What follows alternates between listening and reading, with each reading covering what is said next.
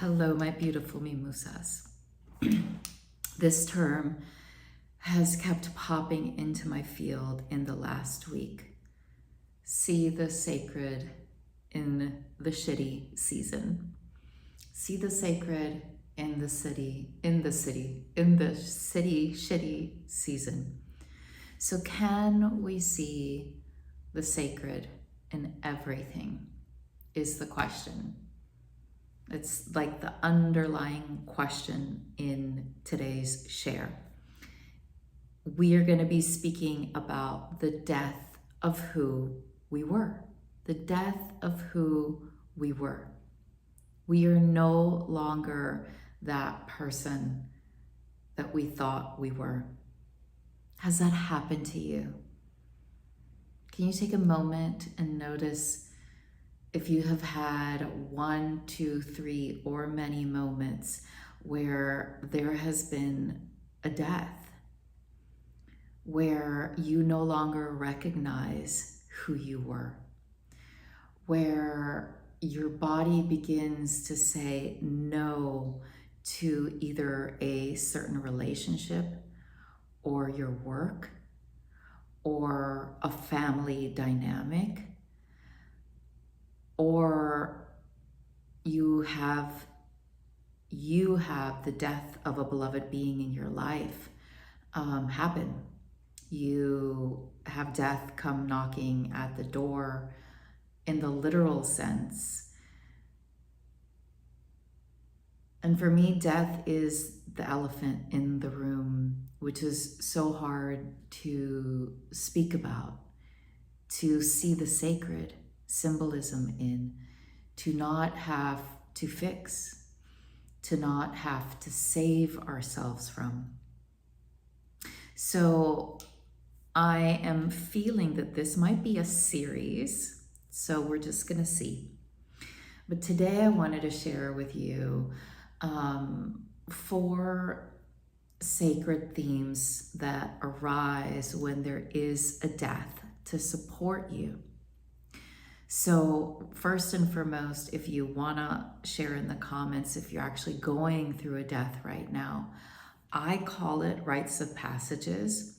And I wanna break down and share with you kind of my framework or my belief system around what happens to us in our everyday life when we're actually going through a rite of passage.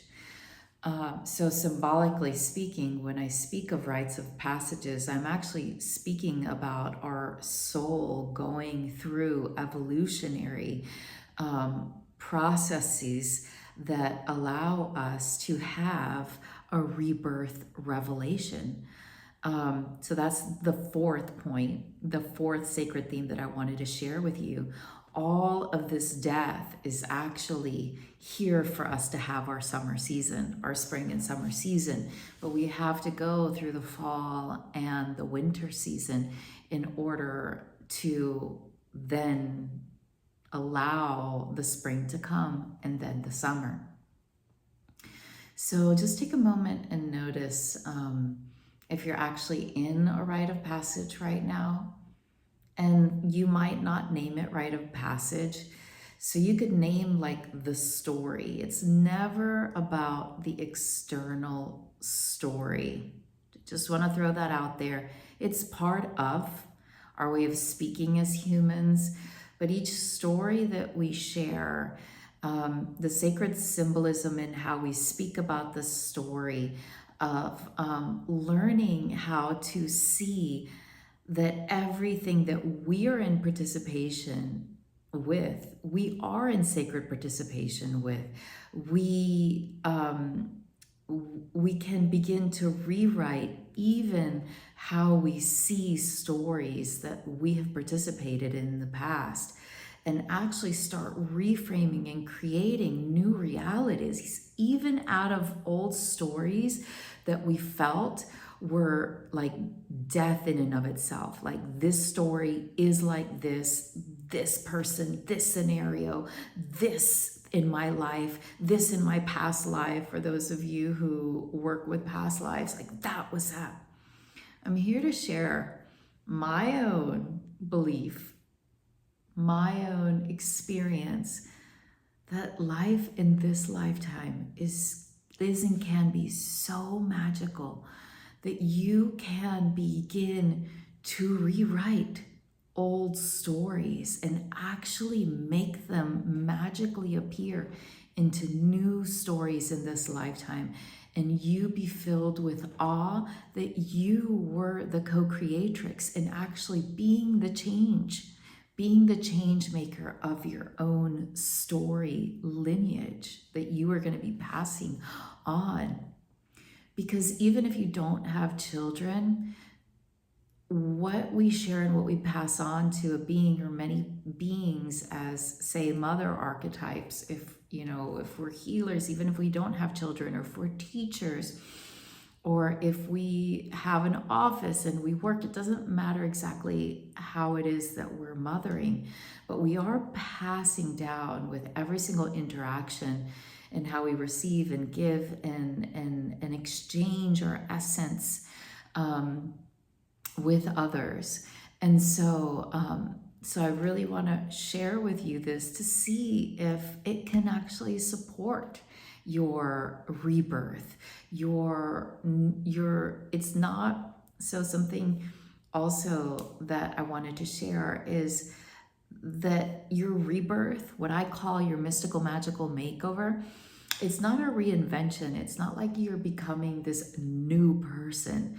I call it a new, like you're becoming a new person. Again, a new, like it's a season in which you are remembering, reawakening, reconnecting with parts of yourself that actually already existed in your wholeness. They're just coming to light. They're just coming to surface. They're being remembered. Like, to remember means to put back into the memory of your cells. Like literally, like if you remember, it also, like the limbs, like it's this like restructuring, this reconnecting to all of these pieces into a one beautiful, great mandala whole piece. So first and foremost, let's go back to the reframe. May I see the sacred in the shitty. I want to do a shout out to a beautiful young mimusa who actually just, I was about to say lost, but language, when we use language in the mystical realm here as a mundane mystic, notice the difference. If I say she lost her mom, if you lose something, it's something like a purse that I lost. Like I've lost a ring in Florida when I was a teenager. I never got it back. I never had a vision. I never had like, oh, what happened to the ring? So lost is not the word. She died. Her mother died. And yes, for those of us who believe in rebirth and eternity and that our soul actually goes back into oneness, that is also part of the process. And the way in which she has, as a young woman of 26, she has seen the sacred in the shitty of no longer having in this physical realm her mother, and in a sense literally being orphaned, like the orphaned archetype, and at the same time having community show up for her and give to her, and then she give to community in return. It has been, the last couple of weeks have been some of the most magical weeks in my life, I do have to say. Through the death of this beautiful soul sister of mine, and me now reconnecting, thanks to her death, with her daughter, which I wouldn't have if she had not died. That's probably the truth in this way, ever. And she has now given to my daughter. So that's, I feel like, a longer story. But what I wanted to share is the way in which she uses words and expressing her grief and being in grief, but the way in which she sees the sacred in this shitty season is admirable, is inspiring, it's uplifting, it's grounding. It reminds us, and it's the same language that I reflect back to her, but to see it in someone in her late 20s is just a beautiful, beautiful thing to witness as an auntie. So shout out to my beautiful mimusa. And I've had a lot of mimusas come into my life in the last couple of weeks who have had major shitty seasons that they have had to live through. And the way in which we allow the alchemy and the rewriting of how we share the story, that, you know, one of the main mystical themes that comes to heart and when we are in a shitty season is whether we are still in our victim archetype and whether we are still in the layers of blame and shame and not understanding and like the why did this happen and like the mental game. There's this ping pong that we participate in, this ping pong match that just never stops until our body literally says, and this is the point when we start to outgrow and we have the death of who we were. When our body physically starts to show us signs of I can no longer speak like that. I can no longer hold that weight any longer. I can no longer keep talking from this pain.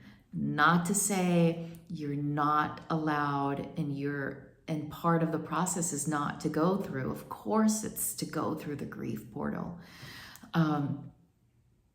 But the main mystical theme is things are happening for me, not to me. It's the same as you know, it's the thread of also of everything in divine timing, because there is this knowing that things are always happening in this mysterious way in which we can't really as humans have the language for.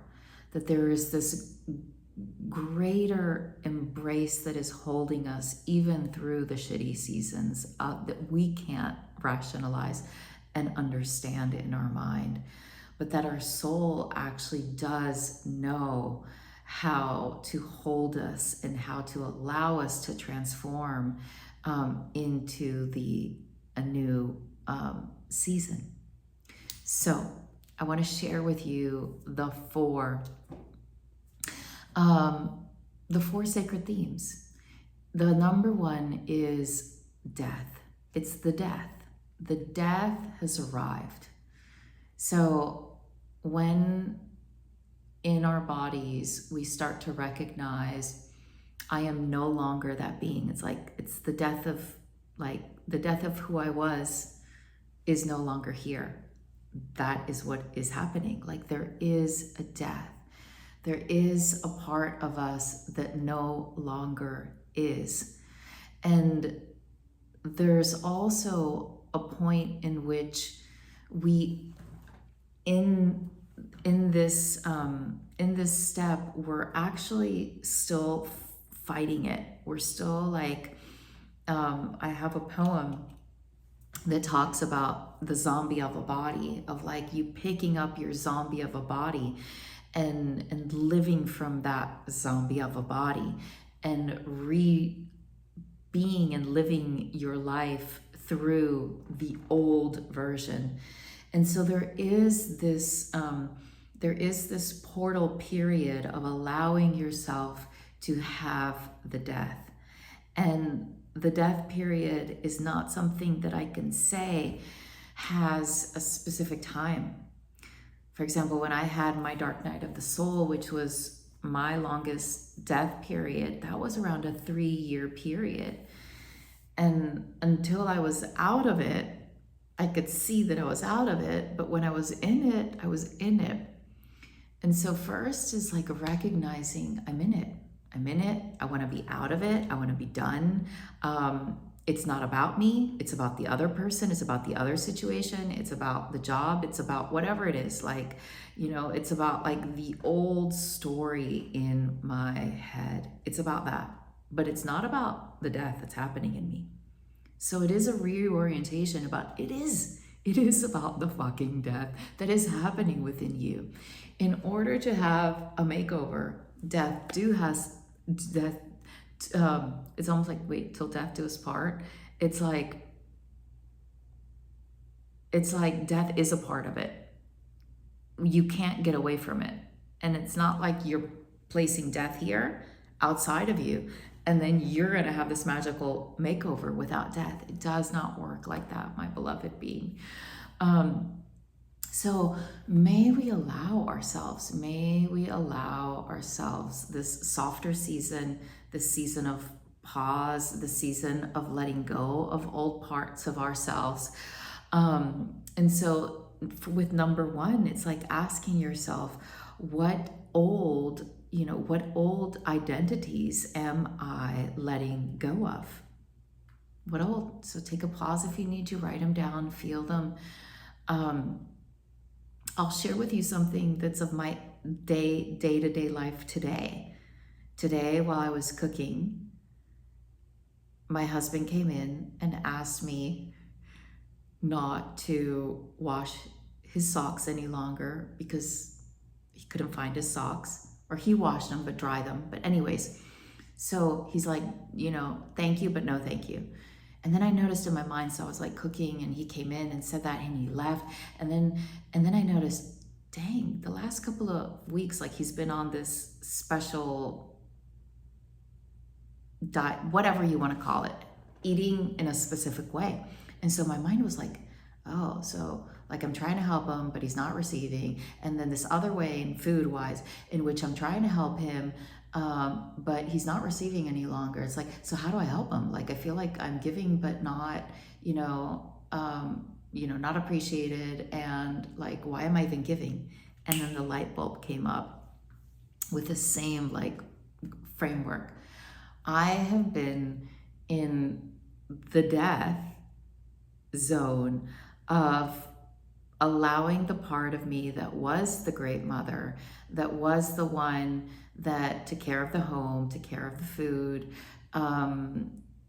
He's almost always done his laundry, but like the theme is that, right? And then I saw, oh, I'm actually stepping into my, my mystic era, yes, but it's like my maker era. It's like the work era where I'm actually going to be working like he did most of our relationship, where he was very focused on what he needed at what time and when and how and what he needed to uplift him and support him. So I just had like the quick like, oh, and money right now is how I can support him and us. And it just kind of clicked to where it was like, okay, the old me received validation, and received, oh, your food is delicious. Like everybody loves my chicken soups. Vegans out there, love you all. Vegetarians, love you all. And all my chickens and how I make chickens are known. They're known throughout the continents. Like people still tell me about them. Chicken soup, chicken curry, cumin chicken, like I could go on. But it's like my identity also was around that giver, and my moon is in Cancer and Libra sun. So yes, it pleases me when I can please people in that way. And that is slowly but surely throughout the last years, that is actually one of my major roles that has been dying, like the giving extra, like so it's not only in the kitchen and it's not only in the home, but that whole thread has been woven across every single area of my life. So the invitation is not only like, what roles and what identities, but what did I get? What did I get from playing that role? And then asking ourselves, that's number 3. It's like asking ourselves, how can we create space, a ritual, an offering, a gratitude for that role? Like, it served its purpose in my life. It did. It was like, I wanted to be a mother. I was a mother. I was there for my children when they were younger. And now I'm there in a different way. So in whatever area of your life, just take a moment and see the death, feel the death, allow the death, ask the death, what it gave you, see it, and then also see if you can start to free it, if you can free it, if you need to, like, for example, me, like, this is not something, but like ritual wise, like, what if I prepared one sacred meal, and this could be within my own head, like I don't even have to tell my family. I'm not feeling like I'm needing this, but I'm just voicing this out loud as like a suggestion for like rituals where it's like, and I were to make this last meal, right? Like this last meal, and I could talk about it and I could tell my family and I could do these, but that's actually not the truth of who I am in relationship with my family. And so today, actually, while I was cooking the food and I was leaving things, I actually I feel like I did something for me in my own unique way. So you can ask yourself, is there a ritual? Is there something that I can give to myself in order to honor that part of me? So that is death, number 1. It's welcoming death. It's literally allowing the elephant to be in the room because it's already here. And our body recognizes when we're actually in the zombie energy, and when it's like, it feels like you're in the rat race, or you feel like a machine, you feel disconnected from your body, your hands feel cold, like are you in your mind? Like what literally patterns show up in your everyday life when you're acting from that space of the old you? Recognize that, because those are some of the easiest ways in which in our day-to-day life, then we can actually use the tools that we need in that moment in order to bring us back into, we are going through a death. Because what happens is when we're going through the death of who we were, the anew us is still not here. Like, it's this liminal space. That's the mystery that I'm speaking of. That it's like it's this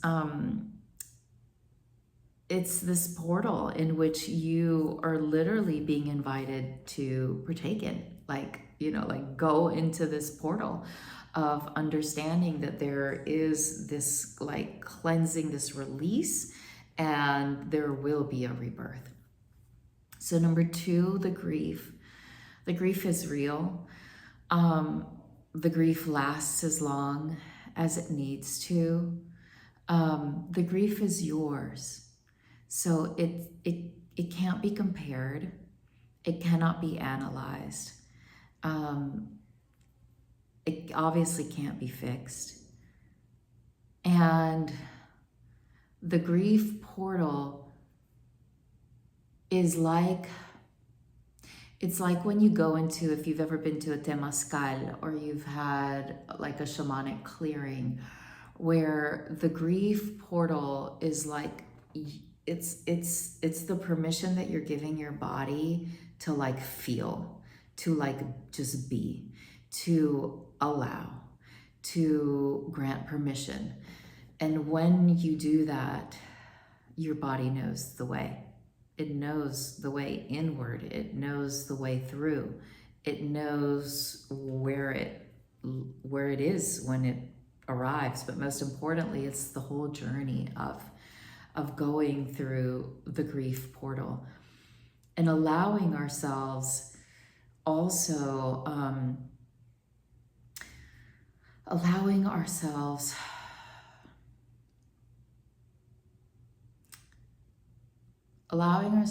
permission to also go through this transition period that's gonna be messy, that like can be messy. Not to say it has to be messy, but it tends to be messy. When there's the death of you, you're still grieving because who you thought you were, you no longer are. What you thought was no longer is, etc., etc. So I'm going to move on to the third one. So the third one is the void. It's almost like the end of the winter season where you don't know where, you don't know if spring is coming. Like, it's coming mentally, but in your body, you're like, oh my God, is like really, is it coming? Like, I'm not sure. So number 3 is, it's the permission slip that you grant yourself to be in the void, in this liminal space of letting go of the clothes that you used to wear, of the voice, of what you spoke about, of what you did, of it is also that undressing period. And then putting on some clothes and being like, actually, no. Or trying it on for a while and saying like, yes, it is, and then taking it off. And so the void, it really is, it's also the space of surrender in the winter period. It's the space where you're done fighting. You're done with the ping pong match in your mind. You're done with the old story.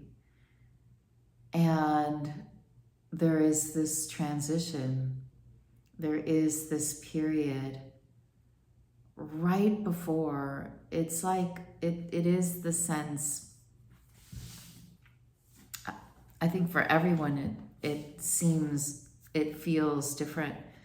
But it's almost like the space right before 9 3/4, what I talk about with the sacred feminine mysteries of the woman and of the mother, of when a mother is birthing her child. 9 3/4 is the ring of fire. It's like when the head is already coming down, and it's literally this ring of fire that you start to feel, and you're almost at 10, like you're literally almost what we call crowning. And so I love how Harry Potter, literally it's at 9 3/4. So it's like, my God, like, do you see how the archetypes are universal? Like, it's the same it's the same vibration. And then we pick that vibration and give it a different song. Like, each one of us gives it a different song. But then right before the 9 3/4, like right before you get onto the train, or you start to feel like, or it's that 9 3/4 where it's like you're literally having the release or the remembrance or whatever it is that your body needs. There is this space of, I can no longer be that. Like, there is this like truce. There's like this like I bow down to you, like, thank you. I can no longer be that in this lifetime. It has served its purpose. Thank you. So with a void,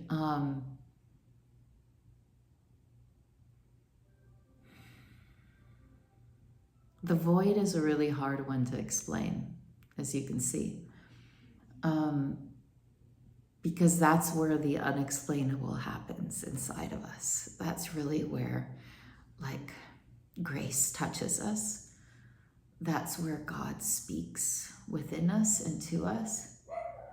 It's where the animal realm comes to life for those of us who know. And if you don't know, animals are also energy beings, light beings who are here and who can transmit messages not only from our ancestors, but through the energetic realm of the vibration of what that animal spirit medicine that you're needing to embody within yourself, whatever that representation of the symbolism of that animal. So it's like that liminal space, that void, is also the space where magic happens. So I think I'm gonna stop there, because it's really not it's not something that can be explained. I do have another poem where it's like, where it has to be felt, it has to be experienced. And that's also why I'm sharing this video, because the death of who you once was, there was so much beauty there, and there's grief. And you can see me, because I'm such a lover of death and rebirth, but it's also because I understand the tenderness that it needs within us in order for the transformation to happen. So I would just say, with the void, yeah, I'm gonna stop there. So if you wanna write anything, if you wanna stop here before moving on, then do. And number 4 is the rebirth. So there is a moment also, because in the mystical realm, it's almost like time is happening. What's that movie? It's like all at once, not at once. Like it's like, it's almost impossible to explain. But I'll share it in this way, like, so to see if it lands in your life, in our lives. My grandmother died before my firstborn daughter, who is alive, before I conceived her. And I can't remember exactly when, but she died. I had 2 baby deaths, 2 miscarriages, and that grief, and I was born on her birthday. And so many times we've seen one of the musas, one of the beautiful musas that I was honored to be with, her dad died before she was born. So when she was in her mother's womb. That's the paradox that I'm talking about, where whatever is happening in your life, like if you're having a change, like of heart with your work, with your own, if you're having a spiritual awakening season, if you have ended or has ended your relationship, if you are changing seasons as a mother, from younger children to older children to children leaving the house, or even just having a rite of passage within you in your own mothering. So there's many types of rites of passages, and death and rebirth, death and birth are at the core, like they're what holds the energy for the metamorphosis, for the mamamorphosis, for the alchemical transformation of the shitty into the gold. And so in the rebirth, in the fourth sacred theme, the rebirth starts to come. Like you start to feel, you start to hear, desire starts to come back online. It's like something starts to bud. So ask yourself, like, are you already in that season where you're starting to like this type of music or this type of work or this type of relating is now starting to come through me instead of how I used to talk. Like all of the things that start to bud from within us. Remember that that is our rebirth being revealed. And so the story, the person, the situation that you were living in was never really about solving it or fixing it. It was really about the rebirth that you were going to have all along. So the rite of passage happens so you can have your rebirth. And it does include the death. And so take a moment and just notice like what inklings are being invited forth. Like inkling is like me dan ganas de, like oof, like something's starting to like it's like when I'm seeing my shells right now, like when I started picking up shells, literally like I started to see the shells. Like for example, these are cowrie shells, so these represent money, and I'd be on my prayer walking, and I'd be literally thinking about money or something, and I would see a shell. So I would pick them up, and like I could feel the magic, and like okay, so I just keep and now I have all of these different types of shells that I used to do art with, and that I've used in different rituals, in different client sessions, to decorate or to gift or something. And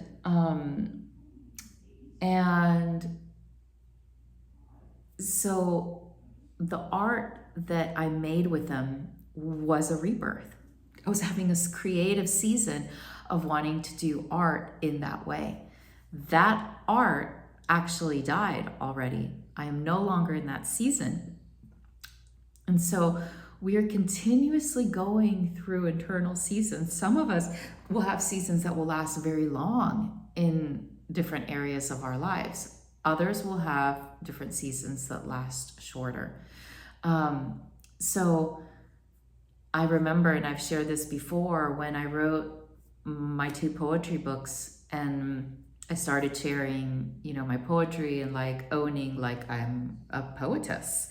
And then also recognizing that I knew that these gifts were granted to me and then they were gone. And so I had to let go again. It's like the death, the grief, the void of allowing that space of like, I'm no longer receiving poems. What do I do? Well, I don't write poetry because they're not coming through. So you see, like, so there's this pause, that's the liminal, the void, where you really have to wait. And now I know, and I understand, and astrology is one of the sacred systems that I work with my one-on-one clients, is that really my progressed moon in Taurus is like, I want comfort. I don't want to film outside anymore. I don't want to have to track if it's gonna rain, if it's windy, if somebody's watching me while I'm making videos. Like, I just want to sit here. And yes, right before I was recording, I was like, oh my God, you can see my lines. Oh my God, the color. Oh my God, there's nothing in my background. Oh my God. But that's what's feeding me right now. Sitting down, being with like earth element, like I get to, like, I'm dressed how I wanted to dress. I'm filming with ease how I wanted to. That's totally my progressed moon in Taurus speaking here. And so what inklings are bubbling up for you in this era, in this season? If they haven't yet, that's okay, but they're gonna start to come. And so those are the ones that we catch. It's kind of like, what are those fireflies? Like it's the ones that we, like life is sending us signals that we can finally start to breathe in the fresh, crisp spring air after a winter. So my beautiful mimusa, let us know which one of these 4 you are in, or maybe all, if you'd like to share. For those of you who want support in your rite of passage in this season of understanding now that you are going through a rite of passage and you're wanting mystic mentoring, you can go to my website and check out my Soul Speak session. It is my mystical magical makeover one-on-one online VIP session. You can check it out there. And if you have any questions, write me. If you want to share the death of who, what is it? Hold on. The death of who you were. So if you want to share also the theme of the death, like, are you going through a spiritual awakening? Are you going through a transition in your power and sharing your gifts? So your work, is it your work? Is it in your mothering? Is it in your relationship with your partner? Is it, I think I already said spiritually, is it with your soul gifts? Like I said, like my poems came and they're not gone. You know, like what realm are you having a rite of passage in? I'd love to know. Share with us. I'm sending you so much love. As you can see, you are not alone. Please share with your beloved beings in your life. If you see that they're going through rites of passages, remind them that it's about the transforming, the alchemizing, not staying stuck in the story. I understand we each have our expiration date in which we will live the story of how we used to share the story for a certain amount of time. And let's remind ourselves that that old story really is going to make a new book. Like it literally will create a new framework inside of themselves. So remind, if you have beings in your life that are going through something, remind them that there is a sacred reason, that they could be. You know, we don't have to say you're going through a rite of passage, but be like, hey, do you think that you could be going through like a rite of passage in your life where like you're embodying, you're evolving, you're becoming anew, like you're literally having a rebirth. Like, oh my gosh, that is part. And remember that the shit is needed. Shit is needed to fertilize. So let's stop shaming the shit. The shit is needed. It is needed. Whatever story, whatever thing you had to live through, it was sacred. May we see the sacred even in the shittiest of seasons, my dear. Sending you all so much love. Thank you for joining me today. Have a beautiful, blessed day, my dear. Mwah.